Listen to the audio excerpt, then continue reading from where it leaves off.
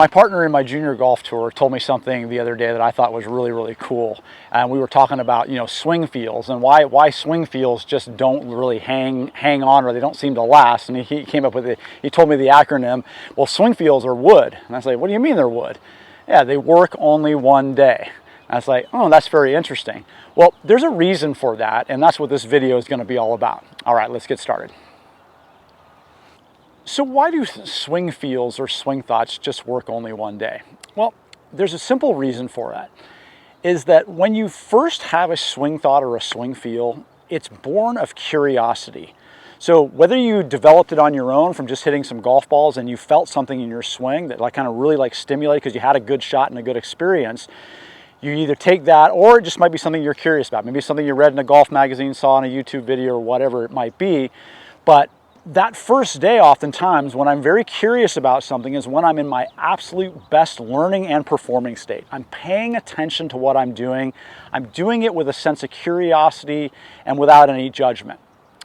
The problem is that our mind is a systemizer, and our mind wants that kind of magic thought, if you will.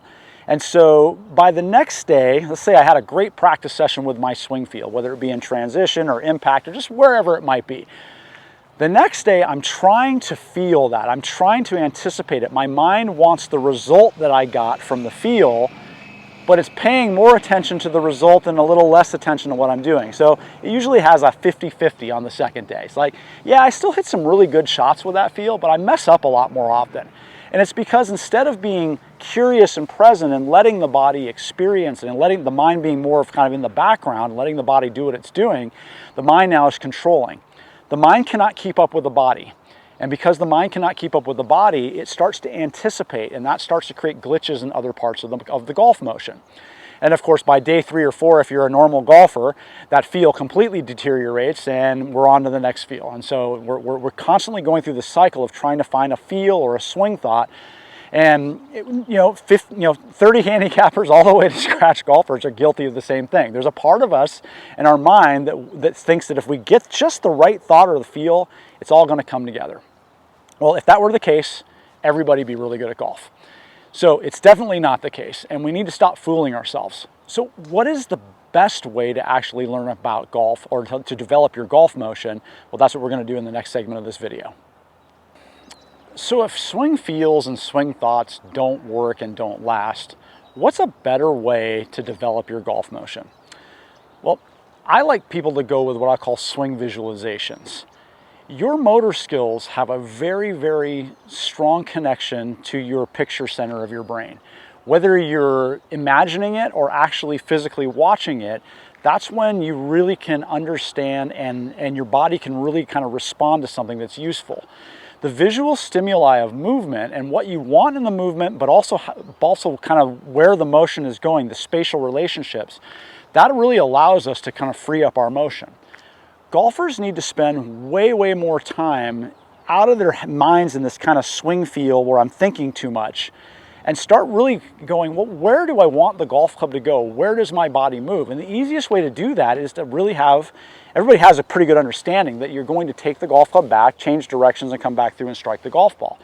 But everybody's looking at the golf ground and then wondering where the ball goes and wondering where their golf club is.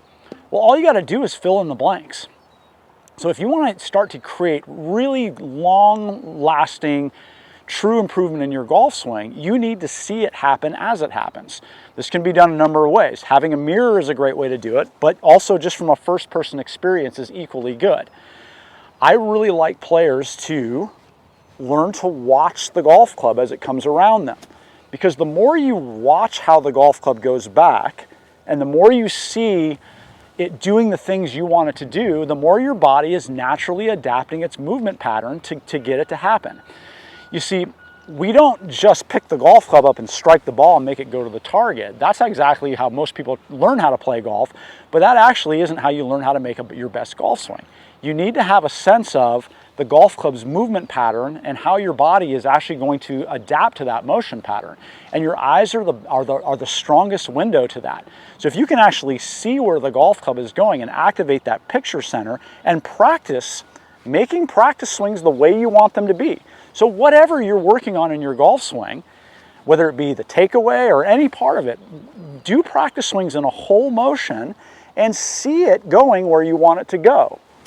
The stronger you create a visualization of where you want it and you really are actually watching it, you create that picture in your mind that allows you to start to execute it. So then when you're practicing, instead of like wondering where it is, looking at the ground, I've done rehearsals where I'm seeing the golf club go where I want it to go. Now when you strike the golf ball, stay attached to the picture of the movement. And that is actually going to really start to create and fill in those gaps, because you'll start to notice the more you can see your swing and you experience it as a visualization, your body actually like knows what to do to create that picture. And that's a super powerful way of learning. And if you adapt to your practice to, if you adopt your practice to follow that principle, that our motor skills are strongly attached more to the visualizations and the pictures that we see than actually the thoughts that we have, you'll start to unlock your body more and more. And then the trick is just don't get suckered in when you do have those good practice sessions of getting a certain feel, is trying to think that the feel is the magic of the whole thing. No, the feel is the byproduct of the true visualization of your optimal golf swing.